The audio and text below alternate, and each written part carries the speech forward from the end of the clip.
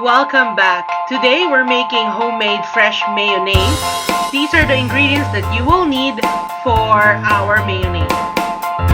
These are our materials. Let's begin. First, crack the egg. We have to separate the egg white from the egg yolk. Make sure to wash your egg thoroughly because we're going to use the shell to separate the egg yolk from the egg white. If you have an egg separator, you can use that as well. Next, add your egg yolk into a large glass bowl. Add your acids, your vinegar, your citric acid from lemon or calamansi juice, and your mustard. These three acids will combine in order to cook your eggs and make it fragrant and flavorful, and also provide acidity or sourness into your mayonnaise.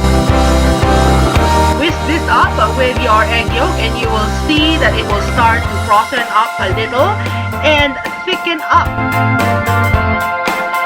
After this, measure out your oil. If you use canola oil, your mayonnaise will slightly be yellowish in color or pale yellow in color. If you use vegetable oil, it will be significantly paler. Keep in mind that when you are adding your canola oil or your any kind of oil that you are adding for your mayonnaise, you have to add it gradually, just a little at a time, and keep mixing. I mixed this batch for about 5 to 10 minutes before it formed into a beautiful mayonnaise.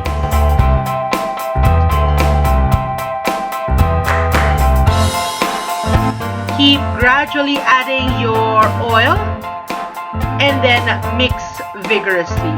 If you are using a stainless bowl, keep in mind that as you whisk vigorously, do not whisk too hard. What do we mean by this? If you produce too much of a friction from your metal whisk and your metal bowl, it would start to create a reaction in your mayonnaise, producing a slight iron taste. This is due to the friction, and we don't want this. It can also give your mayonnaise a slight greenish color, which is why it is recommended to use a glass bowl so that you do not over mix it and produce friction with the two metal tools. Doing a little check for consistency here. We keep adding our 1 cup of oil. At the very end of this, we want to check if your mayonnaise holds well together, and usually the way to test this is to invert the bowl. As you can see, we have made a beautiful pale yellow fresh mayonnaise.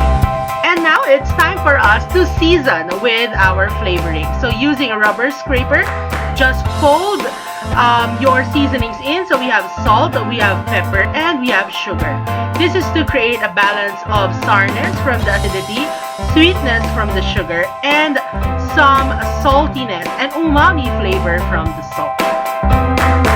If you don't have apple cider vinegar, you can use regular white vinegar. And here we have our fresh mayonnaise. It can keep for about 1 to 2 days in the refrigerator, so make sure to use it immediately.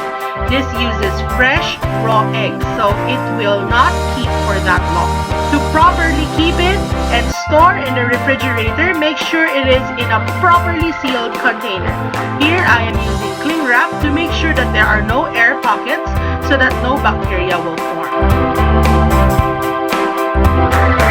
And here we have it, our fresh mayonnaise. I hope you try it soon.